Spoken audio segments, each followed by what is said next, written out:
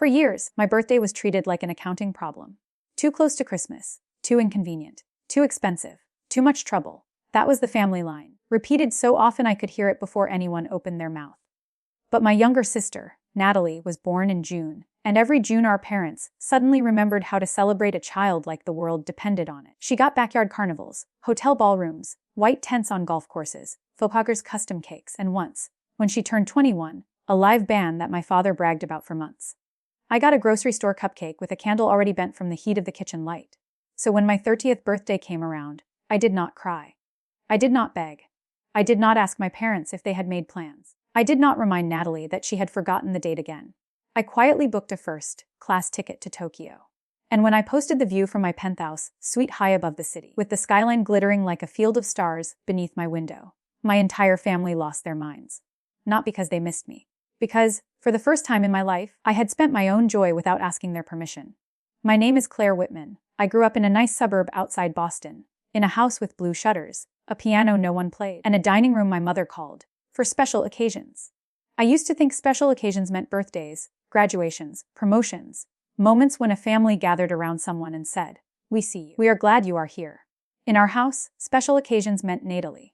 Natalie was 3 years younger than me, bright, pretty loud, and naturally talented at making every room bend toward her. She had my mother's blue eyes and my father's ability to make people laugh even when they were angry. I had dark hair, careful words, and the sort of face people described as serious before they learned my name. My birthday was December 23rd. That date became my first lesson in being reasonable. When I was 6, I asked for a birthday party at the skating rink. My mother sighed like I had asked her to buy a private island. She told me December was already packed. Family was coming. Christmas shopping was expensive.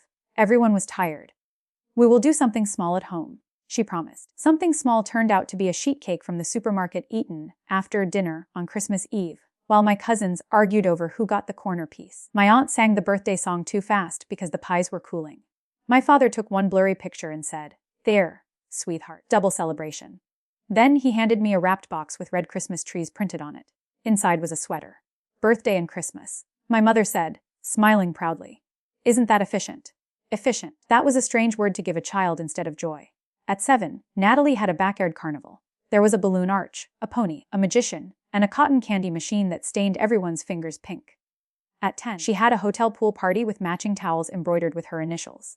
At 16, she had a ballroom, a DJ, a 5-tier cake, and a dress that cost more than my first laptop. At 21, my parents rented a rooftop restaurant and hired a live band. My father stood by the bar telling guests, "Our girl deserves the best." I heard him say it from the hallway. Our girl. I wondered what that made me. My own 16th birthday happened at the end of a Christmas Eve dinner. I remember it because Natalie had just finished opening the designer purse my parents gave her early for Christmas. I sat beside the window, watching snow scratch against the glass, waiting for someone to remember. Finally, my mother clapped her hands and said, "Oh, Claire, we almost forgot." Almost. She brought out 3 cupcakes, arranged on a paper plate. One candle leaned in the frosting. My father lit it, my cousins sang half-heartedly, and Natalie filmed herself, laughing in the background, because my uncle had spilled wine on his tie. When I blew out the candle, I wished not for a party or a gift. I wished to stop caring. That wish took 14 more years to come true. By the time I graduated college, I had learned how to make myself useful. Useful daughters do not make people uncomfortable.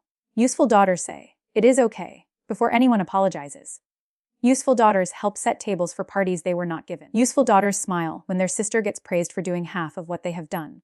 I became very useful. I studied hard. I earned scholarships.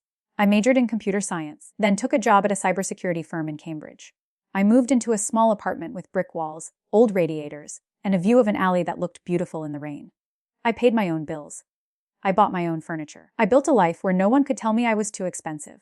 For a while, I thought independence would cure the ache. It did not.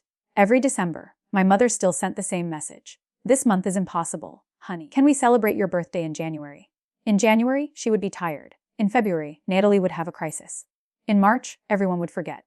Then June would come, and my parents would transform into event planners again. Natalie's 25th day was the one that finally changed something in me. My mother sent the invitation in a family group chat. It was a digital card with gold letters that said, "A midsummer night for Natalie." The party would be held at a vineyard in Rhode Island. Cocktail attired. Dinner under the stars. Live acoustic band. Professional photographer. "Please RSVP soon," my mother wrote. We want everything to be perfect for Nat. I stared at the message while eating takeout noodles over my kitchen sink. Perfect for Nat. 3 weeks earlier, I had turned down a promotion dinner with my coworkers because my parents said they wanted to take me out for my birthday makeup dinner that weekend. On Friday morning, my mother canceled. Natalie had broken up with a man she had dated for 6 weeks. She is devastated, Mom said. You understand, don't you? I said yes because I always said yes. But when I saw that vineyard invitation, something small and quiet inside me stopped moving. I did not reply. An hour later, Natalie texted me privately. You coming or are you doing your weird distant thing again?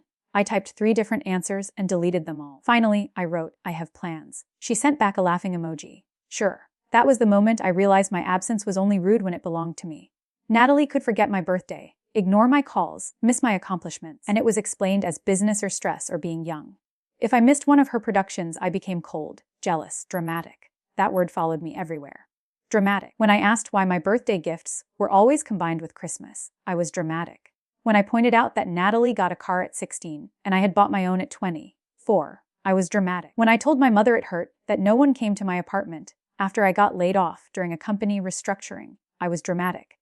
Even when I got a better job 2 months later, with a salary that made my father whistle under his breath, the family narrative stayed the same. Claire was independent. Claire was fine. Claire did not need anything. Natalie needed everything. The year before Tokyo, I started seeing a therapist named Dr. Lena Ortiz. I went because my best friend Mara gently told me over brunch that I spoke about my family like someone describing a weather system she kept walking into on purpose. You know it is going to rain, Mara said, but you keep showing up without an umbrella. Dr. Ortiz had a calm office with soft lamps and a little bowl of peppermints on the table. During our 3rd session, I told her about the birthdays. I expected her to smile politely and say families were complicated. Instead, she asked, what would happen if you stopped asking them to value you and started acting as if you already mattered? I laughed because it felt impossible. Then I cried because it felt true. That sentence became a seed. For months, I watered it quietly. I stopped volunteering for family errands. I stopped sending Natalie emergency money every time she overspent on clothes for her social media photos. I stopped rearranging my weekends because my mother suddenly needed help decorating for a party. I answered messages when I felt like answering them. I let silence sit where explanations used to be. My parents noticed, but not in the way I hoped. My father called one Sunday afternoon and said, Your mother says you have been difficult lately. I was folding laundry, the phone balanced on speaker beside me. Difficult how? I asked. You know, he said. Short. Unavailable. Sensitive. Sensitive was another family word. It meant I had reacted to pain instead of absorbing it quietly. I have just been busy, I said. With what? My life. There was a pause. He chuckled, but it had no warmth in it. Well, do not get too important for your family. I looked around my apartment, at the plants I had kept alive, the books I had bought, the suitcase tucked near the closet, because I had been researching flights to Tokyo at night like a person planning an escape. I will try not to, I said. I booked the ticket 2 weeks later, first class from Boston to Tokyo, with a layover in New York, 5 nights at a Palace hotel in Shinjuku, a private food tour, a day trip to Kyoto by bullet train, a reservation at a tiny sushi counter that only seated 8 people. It was outrageous. It was unnecessary. It was expensive. It was mine. I paid for everything with money I had earned by working late nights, taking calls during holidays, and building a career my family only mentioned when they needed to borrow from it. I told no one except Mara and Dr. Ortiz. Mara screamed when I showed her the confirmation email. First class, she said, grabbing my arm. Claire, I need you to understand that this is not a vacation. This is a spiritual event. I laughed so hard I almost cried. For the first time in years, December 23rd did not feel like a trap. It felt like a door. My mother texted me on December 17th. Christmas Eve dinner at our house. Come by 4. We will do a little birthday thing for you after dessert. A little birthday thing. I stared at those words while packing a cream sweater into my suitcase. For years, I had accepted scraps and then thanked them for not letting me starve. This time, I wrote back. I cannot make it this year. I have plans. 3 dots appeared. Disappeared, appeared again. What plans? I did not answer. My phone rang within 2 minutes. I watched my mother's name light up the screen and felt my heartbeat quicken, the old reflex, the old guilt. Then I turned the phone face down. She called again. Then my father. Then Natalie. Natalie's text arrived like a thrown glass. Are you seriously skipping Christmas? Mom said. Little birthday thing. Grow up. I did not respond. On December 22nd, I stepped onto the plane in a soft black coat, and the kind of calm that felt almost illegal. The flight attendant smiled and led me to my seat, which was not really a seat. It was a small private world with a door, white bedding, champagne, and a window that reflected my own face back at me. I looked tired. I looked free. Somewhere over the Pacific, while most of the cabin slept, I opened the notes app on my phone and wrote one sentence. I am not hard to celebrate. Then I slept better than I had in months. Tokyo greeted me with cold air, clean streets, and lights that made the city look awake, even before sunrise. At the hotel, the woman at the front desk bowed and wished me a happy birthday because Mara had secretly added it to the reservation notes. My room was on one of the highest floors, a penthouse suite with glass walls overlooking the city. There were flowers on the table. A small chocolate cake waited beside a card signed by the hotel staff. Happy 30th birthday, Miss Whitman. I stood in the middle of that room and cried. Not because the cake was fancy, not because the view was beautiful, though it was. I cried because strangers had done, with effortless kindness, what my family had spent 30 years making seem unreasonable. They remembered. That night, I wore a red dress I had almost talked myself out of buying. I went to dinner alone. I sat at the counter while the chef placed each piece of sushi in front of me like a small work of art. I drank plum wine. I listened to conversations I could not understand and felt no pressure to translate myself for anyone. At midnight in Tokyo, which was morning back in Boston, I posted 3 pictures. The first was the view from my suite. The second was the birthday cake. The third was me by the window in the red dress, smiling in a way I barely recognized. The caption said 30. Finally celebrating on time. I put my phone on silent and went to sleep. When I woke up, my family had gone feral. There were 38 missed calls. My mother had left 5 voicemails. My father had sent a text in all capital letters, something he had never done in his life. Kale wo war me ishar. Natalie had commented on my photo before apparently deleting it. Must be nice to abandon family during Christmas and brag about money. My cousin sent me a screenshot before it disappeared. Under it, several relatives had liked the comment.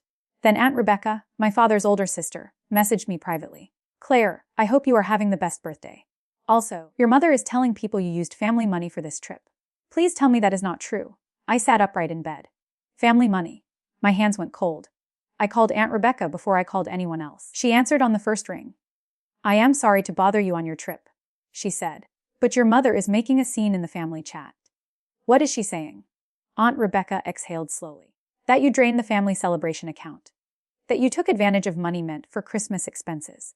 Your father is saying you have become arrogant and irresponsible. I laughed once, sharp and humorless. There is no family celebration account that I have access to. I did not think so, she said. But Claire, there is something else. I looked out over Tokyo, suddenly very still. What? Your grandmother left money for birthdays. For a moment, I thought I had misunderstood. My grandmother. Yes, your father's mother. Before she died, she set aside a small fund for you and Natalie. It was not huge, but it was meant to be used for your birthdays until you turned 30. She knew your birthday was close to Christmas, and she worried you would be overlooked. The room seemed to tilt. My grandmother had died when I was 8. I remembered her perfume, her soft sweaters, and the way she used to press both of my hands between hers and say, December babies deserve extra sparkle. No one had ever told me about a birthday fund. How much? I asked. I do not know the full amount, Aunt Rebecca said. But I remember the will. She gave your father control because you were children. She wrote that it should be used equally, with special care that your birthday was never combined with Christmas. I could not speak. All those years of hearing, too expensive. All those grocery cupcakes. All those combined gifts. All those times I had swallowed disappointment because I believed the lie was about timing. It had been about choice. Claire, Aunt Rebecca said gently, did they never tell you? No. The word came out small. She cursed under her breath, which shocked me because Aunt Rebecca wore pearls to breakfast and wrote thank you notes for everything. I have a copy of the will somewhere, she said. I will find it. When we hung up, I sat on the edge of the bed until the automatic curtains began opening to the morning light. That was when the mystery became an investigation. I spent my 30th birthday Berkio doing 2 things at once. I walked through temples and markets and quiet side streets, tasting hot sweet potatoes from street vendors, buying little gifts for myself, taking pictures of lanterns and shop windows and bowls of ramen that looked too perfect to disturb. And between those moments, I collected proof. Aunt Rebecca sent me a scanned copy of my grandmother's will. There it was in formal language, cold and clear. A birthday and milestone fund for my granddaughters, Claire Whitman and Natalie Whitman, to be administered equally and never merged with holiday expenses. Equally, never merged. My grandmother had seen me before I had even learned how invisible I was. I read the paragraph 6 times. Then I called a lawyer. Her name was Denise Carter, a friend of Mara's from law school. She agreed to speak with me over video despite the time difference. I sat at the hotel desk in a robe, while Tokyo glittered behind me, and explained 30 years of birthdays in the driest voice I could manage. Denise listened, took notes, and asked for documents. "Do you have proof of how the money was spent?" she asked. "Not yet." "Then do not accuse them yet. Ask questions. Let them talk. People like this usually explain themselves if you give them enough rope." That advice worked faster than I expected. I finally called my mother on the evening of December 24th, Tokyo time. She answered like she had been waiting with the phone in her hand. "Claire Elizabeth Whitman, what are you doing?"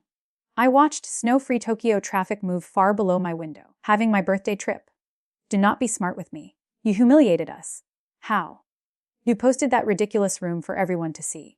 Your sister is crying. Your father has been fielding calls all morning. People are asking questions." "What questions?" My mother went quiet. "What do you mean? What questions are people asking, Mom?" She sighed. "They are asking why we did not know where you were." "That seems easy to answer. You did not ask. You are being cruel." "No," I said. "I am being accurate." My father took the phone. I could hear dishes clattering in the background, the familiar Christmas Eve noise of a house where my birthday had always been an interruption. "Enough," he said. "You made your point. Come home and we will discuss this like adults." "I am in Japan." "Then change your flight." I almost laughed. "No, Claire, this little rebellion has gone far enough. You are 30 years old. Flying across the world to punish your family is childish." "I did not fly here to punish you. I flew here to celebrate me." "That is the same thing in your mind, apparently." There it was, the family rule spoken plainly. My joy, when it did not serve them, was an attack. I took a breath. "Dad, what was Grandma Eleanor's birthday fund?" Silence fell so completely I could the faint hum of the hotel air system. Then my father said, "Where did you hear about that?" Not, "What birthday fund? Where did you hear about that?" The question was a confession wearing a cheap coat. My mother said something in the background. My father covered the phone, but not well enough. "She knows." 2 words. Years of my life cracked open. When he came back, his voice had changed. It was smoother now, lawyer smooth, the voice he used with clients. That money was handled appropriately. "Then send me the records." "You do not get to demand records from your parents on Christmas Eve." "It is my birthday tomorrow in Boston," I said. "Consider it a gift." He hung up. For 10 minutes, I sat very still. Then Natalie called. I almost ignored it, but Denise had said let them talk. So I answered and put the call on record after checking Japan's consent rules and my lawyer's advice about using it only for notes, not public posting. Natalie did not say hello. "You ruined everything," she snapped. "What did I ruin? Mom is crying, Dad is furious, and Aunt Rebecca is acting like we are criminals. Are you?" She scoffed. "Do not be insane. It was birthday money. You never cared about birthdays." My mouth went dry. "I never cared. You acted like you did, but you always made everyone miserable when we tried to include you. You were awkward. You never liked parties. Mom said it was better not to waste the money." There it was, the story they had told themselves until it sounded like truth. "What money, Natalie?" She went quiet. I waited. "Finally," she said, "Grandma's money." "Obviously." My hand tightened around the phone. "You knew. Everyone knew." The words landed harder than any insult. Everyone knew. Everyone except me. Natalie kept talking, voice rising. "It is not my fault your birthday is in December. My parties were good for the family. They brought people together.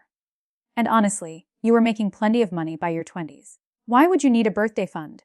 Because it was mine too. You are so selfish." I looked at the little cake on the hotel table, half eaten, the candle still beside it. "No," I said quietly. "I am just late." "Late for what?" "For my own life." I ended the call. The next day, on my actual birthday in Boston and my second full day in Tokyo, I went to Meiji Shrine. The air was cold and clean. People moved quietly beneath the trees. I washed my hands at the purification fountain and stood before the shrine with my eyes closed. I did not pray for revenge. Not exactly. I prayed for the strength not to shrink when the truth finally became inconvenient for them. By the time I returned to the hotel, Aunt Rebecca had found more. Old emails. Bank references. Notes from my grandmother's estate. She sent everything to Denise, who pieced it together with the focus of a person who enjoyed making dishonest people nervous. The fund had started with $80,000. $40,000 for each granddaughter, meant to cover birthdays, milestones, and celebrations until age 30. It was not enough to change a life, but it was enough to change a childhood. Natalie's share had been used openly. Parties, dresses, venues, entertainment, photographers, flights for a birthday weekend in Miami. Mine had allocated, almost every year. Sometimes to Christmas expenses. Sometimes to Natalie's parties when her own share ran short. Once, when I was 22, $10,000 from my portion had paid the deposit on Natalie's leased Mercedes, after she cried that driving her old car made her look unsuccessful online. My father had kept spreadsheets. That almost made it worse. He had not neglected me carelessly. He had neglected me with formulas. Denise prepared a letter while I was still in Japan. It was not dramatic. It did not call names. It stated facts. It requested full accounting, repayment of misused funds, and mediation before further legal action. I sent it the morning I flew home. Then I posted one final picture from Tokyo, a quiet street at night, lanterns glowing above me. The caption said, "Best birthday of my life. Coming home with clarity." My mother texted within 5 minutes. "What does that mean?" "This time," I answered, "it means you will be hearing from my attorney." The chaos that followed was not loud at first. It was controlled panic. My father called Denise and tried to intimidate her. That went badly. My mother called Aunt Rebecca and accused her of poisoning me against the family. Aunt Rebecca told her, "No, Linda, you did that yourself." Natalie posted a vague quote on Instagram about money changing people. Mara sent it to me with the message, "I have never seen someone subtweet a trust fund she stole from." I laughed for the first time in days. Then the family group chat exploded. Cousins started asking questions. An uncle remembered my grandmother mentioning the fund years ago. Another aunt admitted she had sent birthday checks to my parents for me until I was 18 and had always wondered why I never thanked her. I had never received them. That discovery turned the night. It was not only the fund. It was years of cards, checks, gifts, and messages filtered through my parents' hands and quietly redirected or buried. My mother's defense was that December was overwhelming. My father's defense was that family money was flexible. Natalie's defense was that I had a good job now.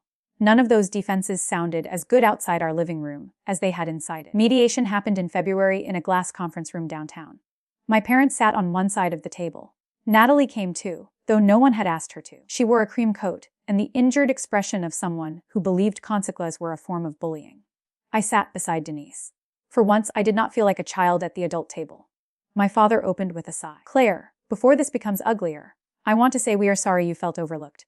Denise put down her pen. "Mr. Whitman, we are not here to discuss feelings. We are here to discuss funds." My father's jaw tightened. My mother dabbed at her eyes with a tissue, but no tears came out. "I never meant to hurt you," she said to me. "You were always so mature." Natalie needed more. I looked at her for a long moment. "I was mature because you required it. Natalie needed more because you trained her to." Natalie rolled her eyes. "There it is," she said. "The jealousy speech." I turned to her. "You had live bands for your birthday, while I was told cupcakes were too much. That is not jealousy. That is math." She flushed. My father slid a folder forward. It contained partial records, carefully selected and obviously incomplete. Denise reviewed them, then pulled out the copies Aunt Rebecca had provided. Watching my father realize we already had more than he expected was one of the greatest satisfactions of my life. The settlement came 3 weeks later. My parents agreed to repay my misused portion of the birthday fund, plus the documented gifts from relatives that had never reached me. They also agreed to send a written statement to the family correcting their claim that I had used family money for Tokyo. My father hated that part the most. Money he could replace. Pride was harder. The statement arrived in the family chat on a Thursday afternoon. For years, funds intended for Claire's birthdays and milestones were not handled properly. Claire's trip to Tokyo was paid for entirely by her own earnings. We regret suggesting otherwise. It was stiff. It was bloodless. It was the closest thing to public accountability I had ever seen from them. My phone filled with messages. Some relatives apologized. Some claimed they had always suspected something. Some disappeared, which was fine. Silence is also an answer. Natalie did not apologize. Instead, she sent me a private message. "Hope it was worth destroying the family over money." I stared at it for a while before answering. "You are confused. I did not destroy the family over money. I exposed what the family destroyed for money." Then I blocked her. The settlement money arrived in my account in April. I did not throw a party. I did not buy a car. I did not make a dramatic post with screenshots, even though Mara offered to design one with tasteful fonts. I did something better. I created a scholarship at my old high school for students born in December who felt overlooked in the rush of the holidays. It was small at first, just enough to help with books or application fees. But I named it after my grandmother, the Eleanor Whitman December Light Award. The first recipient wrote me a thank you note that said, "I have never had something that was just for me before." I read that sentence at my kitchen table and cried harder than I had in Tokyo. That was when I understood the real revenge was not making my family suffer. It was refusing to become them. Still, justice has its own flavor, and I will not pretend it was not satisfying. In June, Natalie turned 27. There was no vineyard this time, no live band, no photographer. My parents, now careful with money and reputation, took her to dinner at a normal restaurant. She posted one photo of a dessert with a single candle and a caption about learning who really shows up for you. I did not like it. I did not comment. I did not send a gift. On December 23rd, I turned 31. I woke up in my apartment to sunlight on the floor and no ache in my chest. Mara came over with coffee and a ridiculous crown that said Bar Th Die Impress. We spent the afternoon at a museum, ate dinner at my favorite restaurant, and came back to my place for cake with exactly the frosting I liked. At 8 that night, my mother called. I let it ring. Then a text arrived. Happy birthday. We would like to see you sometime. I looked at the message for a long time. A year earlier, that text would have pulled me apart. I would have analyzed every word, searched for warmth, measured hope against history. I would have wondered whether this was the beginning of something better. Now I simply knew what it was. Too little was still little, even when it arrived late. I wrote back, thank you. I am not available. Then I turned my phone over and returned to the people at my table, the cake in front of me, the candle waiting. Mara dimmed the lights. Everyone sang. Nobody rushed. Nobody combined my day with another holiday. Nobody called me dramatic for wanting one small corner of the year to belong to me. When I blew out the candle, I did not wish to stop caring. I wished for every forgotten version of myself to see this room. 6-year-old Claire with the supermarket cake. 16-year-old Claire with the leaning candle. 26-year-old Claire waiting for a dinner that never happened. 30-year-old Claire standing above Tokyo, finally understanding that celebration is not something you earn by being easy to love. It is something you give yourself when other people refuse. People ask sometimes whether I regret going to Tokyo without telling my family. No, Tokyo did not break us. Tokyo only turned on the lights. And once I saw clearly what had been happening in the dark, I stopped calling Scrax love, stopped mistaking guilt for duty, and stopped waiting for people who had a budget for everything except me. For years, my birthday was too expensive to celebrate. So I finally celebrated it myself. And that was the one party they could not ruin. Thank you for watching. Don't forget to subscribe for more.